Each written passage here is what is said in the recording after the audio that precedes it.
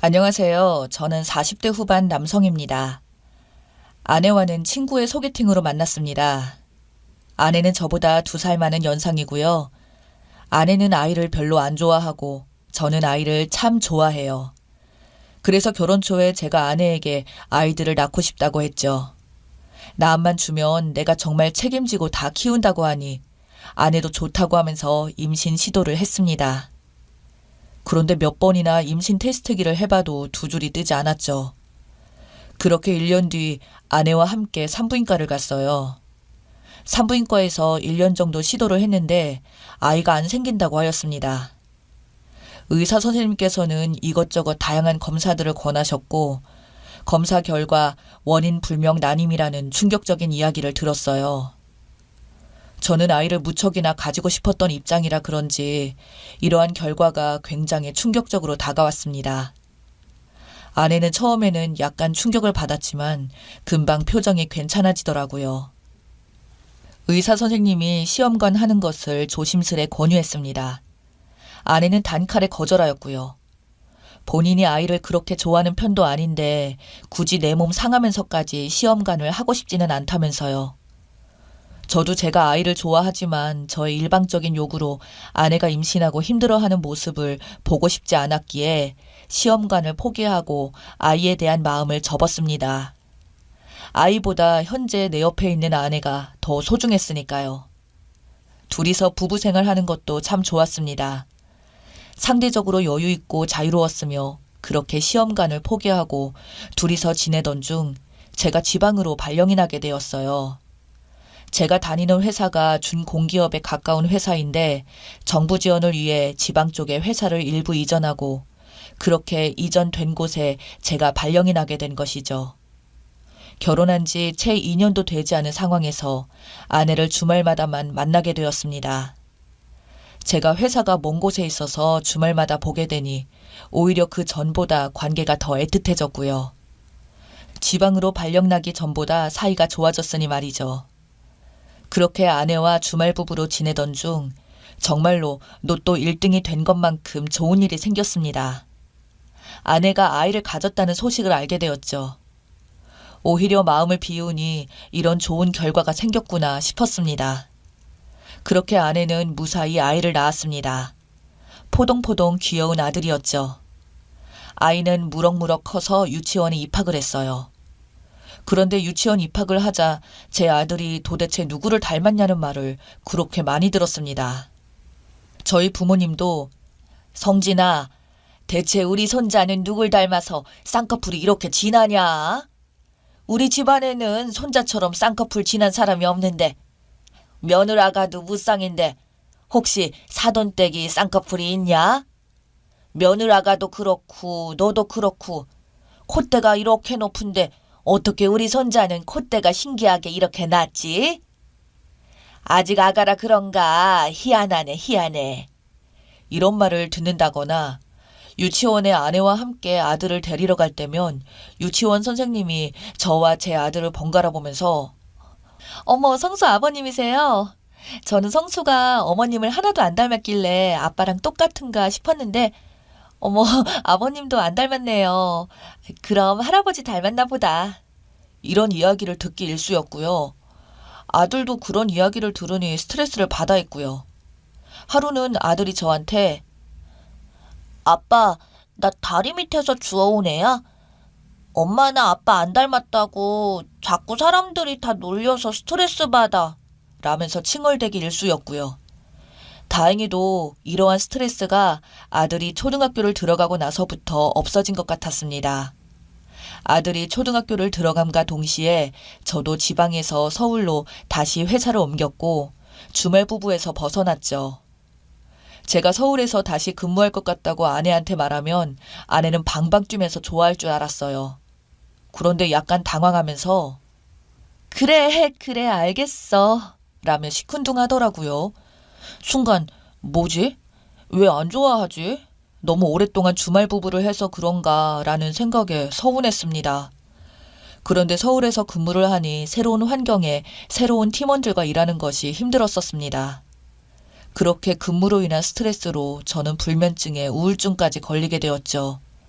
아내는 그런 저의 모습을 보고 이것저것 자기 전에 약을 챙겨주었어요. 신기하게 아내가 준 약을 먹으니까 잠을 푹 잘 수 있게 되었지요. 무슨 감태 추출물이라는 알약과 마그네슘이랑 알 수 없는 각종 약 4~5알을 매일 먹었어요. 그러다 하루는 회사에서 근무하는 내내 잠이 너무 쏟아지는 겁니다. 그래서 커피 한 모금만 먹어도 메스꺼운 제가 아메리카노 2잔을 마셨죠. 그날도 평소와 같이 아내가 약을 챙겨주었고 잠이 들었어요. 낮에 커피를 많이 마셔서 그런지 잠을 푹 못 자고 계속 선잠을 자다가 새벽 3시, 4시쯤 아내가 옆에서 자꾸 움직이는 소리로 완전 잠을 깨게 되었죠. 잠이 깨어서도 그냥 눈을 감고 있었습니다. 그런데 옆에서 아내가 부시럭거리며 옷을 갈아입는 소리가 들리더라고요. 다 입은 아내가 누구한테 전화를 했고요. 그렇게 전화를 걸며 눈을 감고 있는 제 얼굴 위로 아내가 손바닥을 왔다 갔다 하면서 제가 푹 잠들었는지 확인을 하는데 눈을 감고 있어도 아내의 손 움직임이 다 느껴졌습니다. 저는 눈을 안 뜨고 계속 자는 척을 했죠. 전화 연결이 되자 아내는 아주 작은 목소리로 충격적인 말을 하였습니다. 자기야, 남편 놈 잔다. 확실히 저게 약발이 좋네. 자기 말한 대로 마그네슘이랑 감초 추출물이랑 이것저것 영양제 섞어서 주니까 의심 안 하고 잘 먹는데? 우리 오늘 놀이터에서 볼까? 아니면 우리 집 근처 상가 복도 어때? 거기 복도 CCTV도 없어 보이던데. 여튼 자세한 장소는 나가서 이야기해. 남편 깰까 무섭다. 좀 따봐, 끊어. 라고 하더라고요. 그 소리를 들은 저는 심장이 벌렁벌렁하고 온몸에 피가 거꾸로 쏠리는 느낌이었습니다. 그렇게 전화를 끊은 아내는 저를 혼자 방에 두고 나갔죠. 아내가 나가고 현관문이 닫히는 소리가 들리자 저는 침대에서 나오고 전등을 켠 뒤 멍하게 앉아 있었습니다. 5만 가지 생각이 다 들었어요. 도대체 언제부터 이런 짓거리를 한 건지, 내가 서울로 발령났다는 걸 듣고 별로 안 좋아했던 이유가 그 남자 때문인가 에서부터 시작해서 설마 우리 아들이 내 아들이 아닌 건 아니겠지라는 생각까지 들었네요. 아내는 낮에 아들을 챙기느라 불륜할 시간이 없으니 밤에 저를 수면제 먹여 재우고 새벽에 나가서 불륜짓을 했던 겁니다.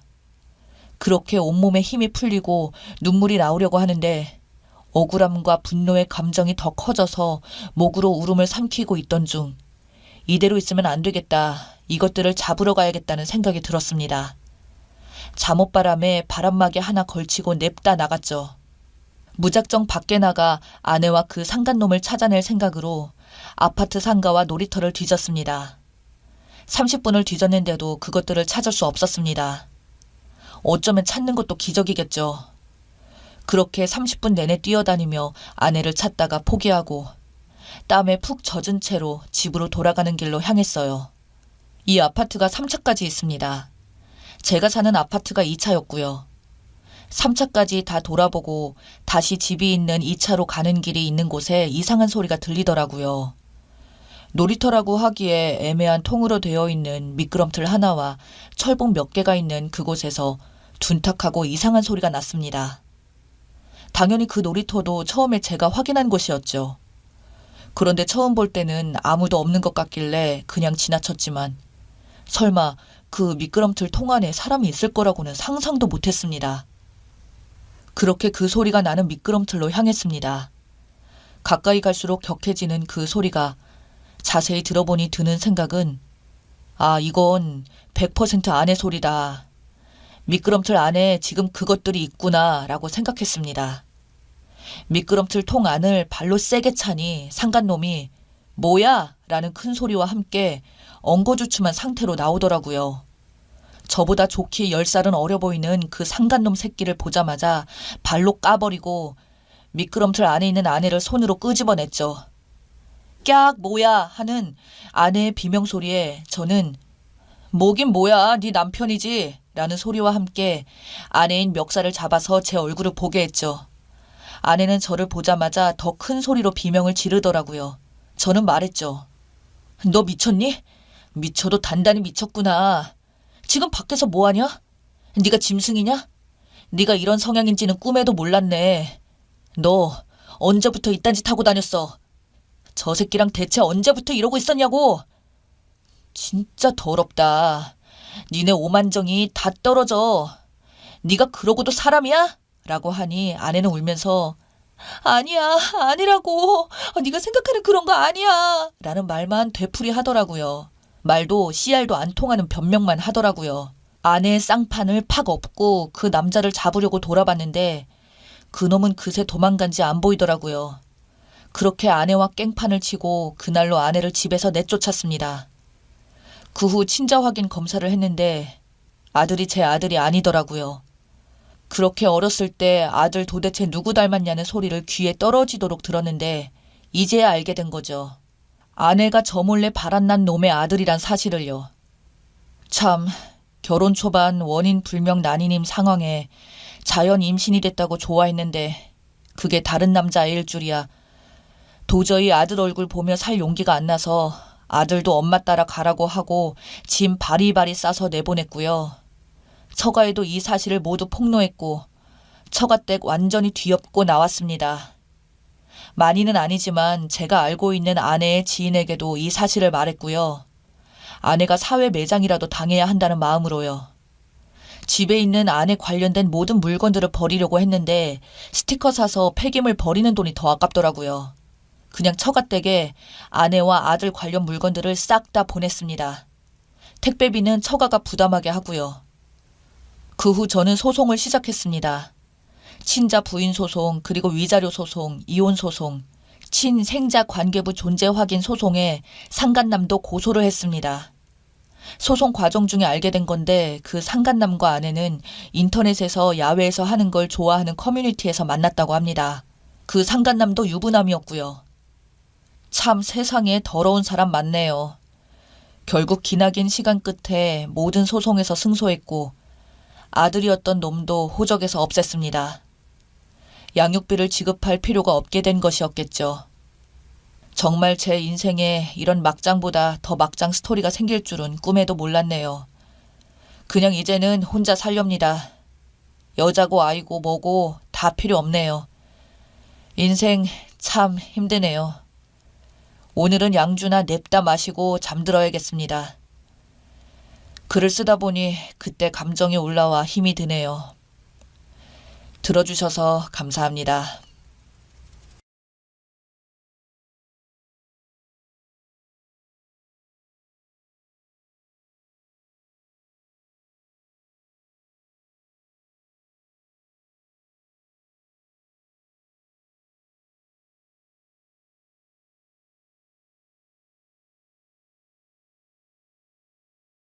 안녕하세요. 저는 30대 남성입니다. 저는 7년 전에 결혼을 했습니다. 아내를 처음으로 본 것은 20대 때 주변 지인의 소개였습니다. 제가 회사에서 열심히 일한다고 나름대로 상사분께서 좋게 봐주셔서 친구 딸 중에 괜찮은 여자가 있다는 등의 이야기로 소개를 해주셨죠. 아무래도 상사분들의 권유이다 보니까 무턱대고 거절하기도 그렇고 저도 나이가 20대 후반이었던지라 상사에게 잘 보일 겸 해서 만난 것도 있었습니다. 그렇게 만난 것이 현재 아내였죠. 아내는 제가 먼저 좋아했습니다. 분위기도 약간 어두운 느낌이었지만 그런 점이 이상하게 저에게 더욱더 눈길을 가게 만들었다고 할까요? 일도 열심히 하는 이쁜 아가씨라는 말을 소개 전부터 들었었는데 저를 만나는 자리가 영 불편한지 어색해하며 어쩔 줄 몰라 하는 모습에 저는 더욱 마음이 가서 제가 아내에게 더 적극적으로 대시했었죠. 그렇게 몇 번의 거절 끝에 사귀게 된 아내는 보호 본능을 자극하는 여자였습니다. 아내는 사실 가정 형편이 어려워서 저를 거절했었다고 해요. 저희 집도 좋다고 말할 수는 없지만 아내에 비하면 저는 정말 천국에서 살아오긴 했더군요. 저희 집 같은 경우는 돈은 넉넉하지 못하였고 거기다 제가 어릴 때부터 아버지가 사기를 당하셔서 그 빚을 갚느라 진짜 힘들게 살아왔지만 부모님 두 분 다 계시고 제가 학창시절에 나가서 일할 필요도 없이 오로지 공부만 해서 살아왔는데 아내는 어릴 적 아빠가 바람나서 이혼하고 그 뒤로는 장모님과 둘이서만 살았더군요. 장모님은 생계를 위해 어쩔 수 없이 파출부로 나가셔서 일을 하셨으며 아내는 공부를 해야 될 중학생 시기부터 아르바이트가 될 만한 게 있으면 가릴 거 없이 일하면서 살아왔다고 합니다. 한시도 살면서 아르바이트를 놓은 적 없다던 아내. 그렇게 악착같이 공부해서 자격증도 스스로 모은 돈으로 따고 해서 회사에 취직했지만 항상 마음속에는 자격지심들이 쌓여 있었나 봅니다.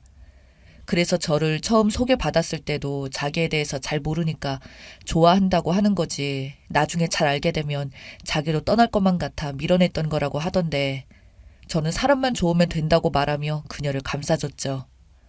그렇게 1년가량을 아내와 사귀면서 참 좋았습니다만 사귀고 나서 알게 된 점은 아내가 은근히 집착이 좀 있더군요.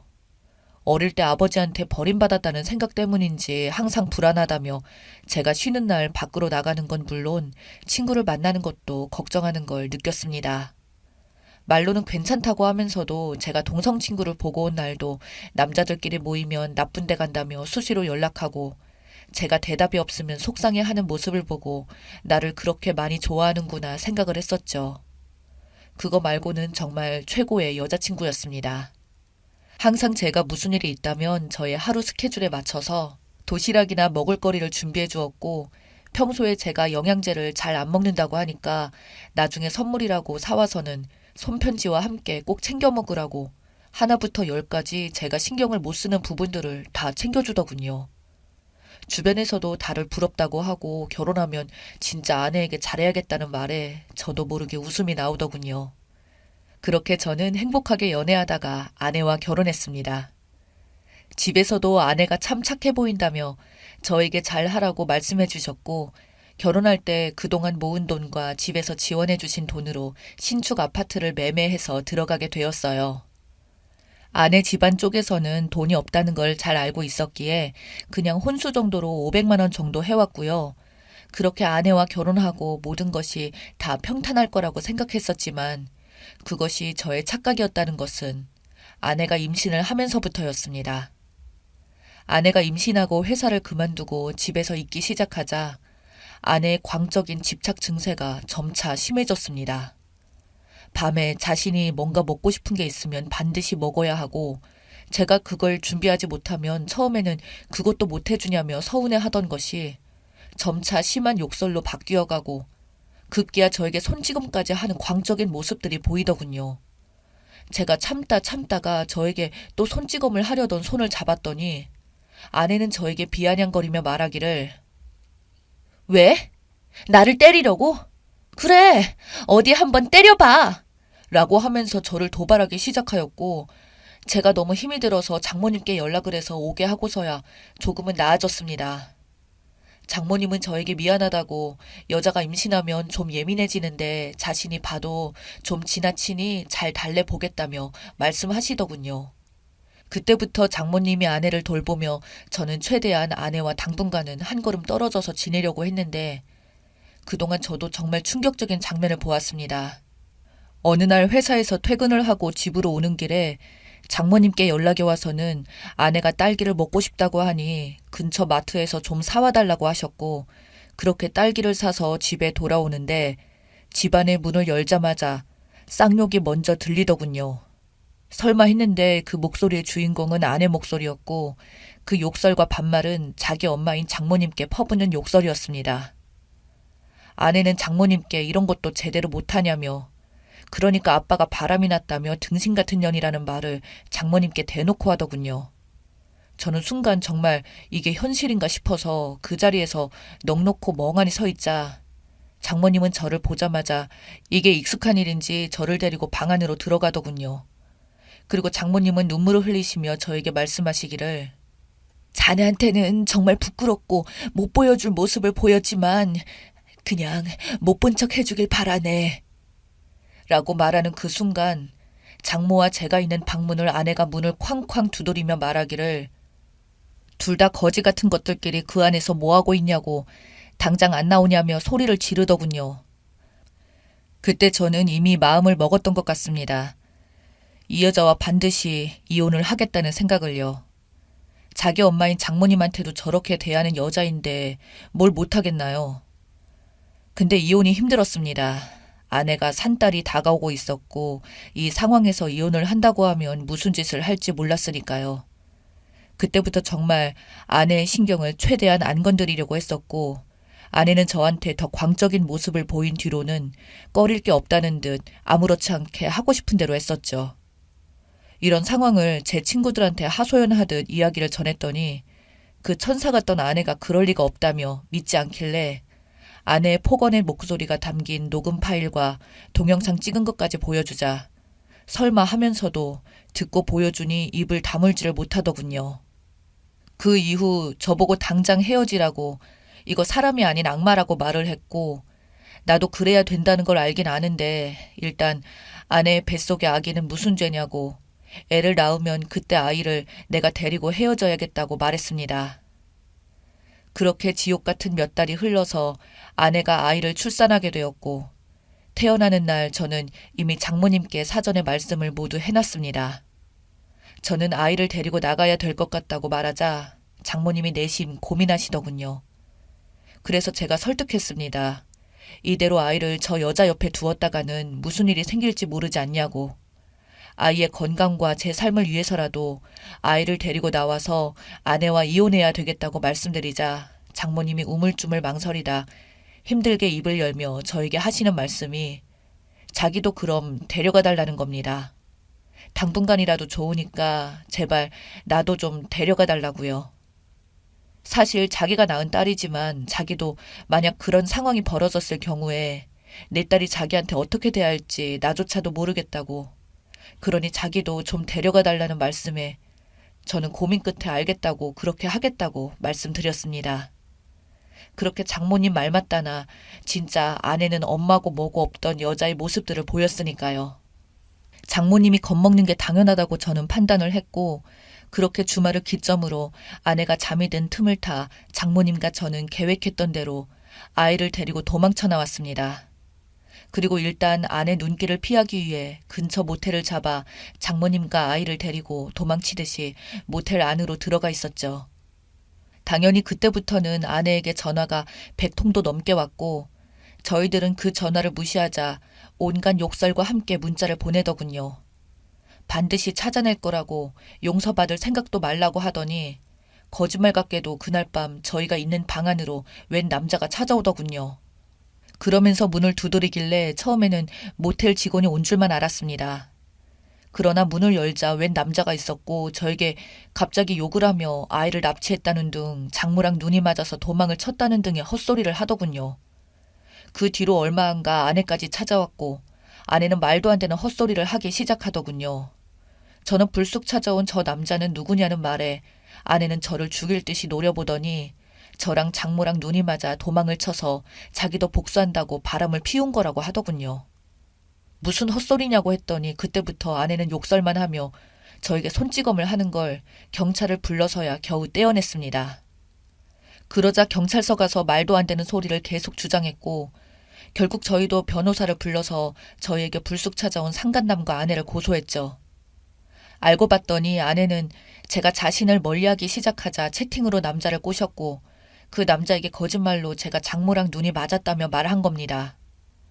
남자는 그 말을 다 믿었고 그 채팅으로 만난 남자가 아내를 도와준다며 모텔에 있는 저희를 잡으러 온 거였죠. 그러자 조사 결과 모든 사실이 밝혀지고 역으로 상간남으로 고소까지 당하게 되자 저를 찾아와서는 싹싹 빌더군요. 자기는 진짜 몰랐고 자기가 알고 보면 사기 피해자라고 그리고 육체적으로 아내와 바람을 피운 것도 없고 그냥 채팅으로만 잠시 대화를 나눈 것밖에 없다고 했지만 저는 이랬든 저랬든 유부녀를 만난 건 당신 아니냐고 그리고 우리 찾아와서 협박하고 난동 부리고 또 당신이 무조건 위자료 달라고 하는 게 당신이랑 바람 피운다고 했을 때 당신은 시인하지 않았다며 그리고 그 여자 진짜 지긋지긋하니까 당신이 데려가서 잘 한번 키워보라고 그렇게 저는 말하다가도 순간 번뜩 그 상간남에게 묻기를 혹시 아내 아이가 당신 아이는 아니냐고 했더니 절대 아니라고 시기적으로 보면 임신 뒤에 그 여자가 연락하게 된 거라며 자기가 아내와 채팅 메시지로 주고받은 대화 내용까지 싹 다 보여주더군요. 저는 그걸 기반으로 둘 다 고소를 했고 아내와는 이혼 소송 중에 있습니다. 저는 또한 본가의 사정을 말씀드리자 부모님께서는 큰 한숨을 내쉬었고 장모님께서 쉴 곳을 마련해 주셨습니다. 그곳에 장모님을 모셔두고 현재 아이는 장모님이 돌보고 있습니다. 아이는 의심 끝에 친자 확인을 했으나 다행히도 제 아이인 게 맞았네요. 아내와는 소송 중에 있으니 조만간 이혼이 될 듯 싶습니다. 약간의 집착적인 증세가 이 정도로 번질 거라고 저도 부모님도 친구들도 아무도 몰랐었는데 세상 멀쩡해 보이는 여자가 어떻게 이렇게까지 미친 여자가 되는지 지금 생각해도 정말 소름 돋습니다.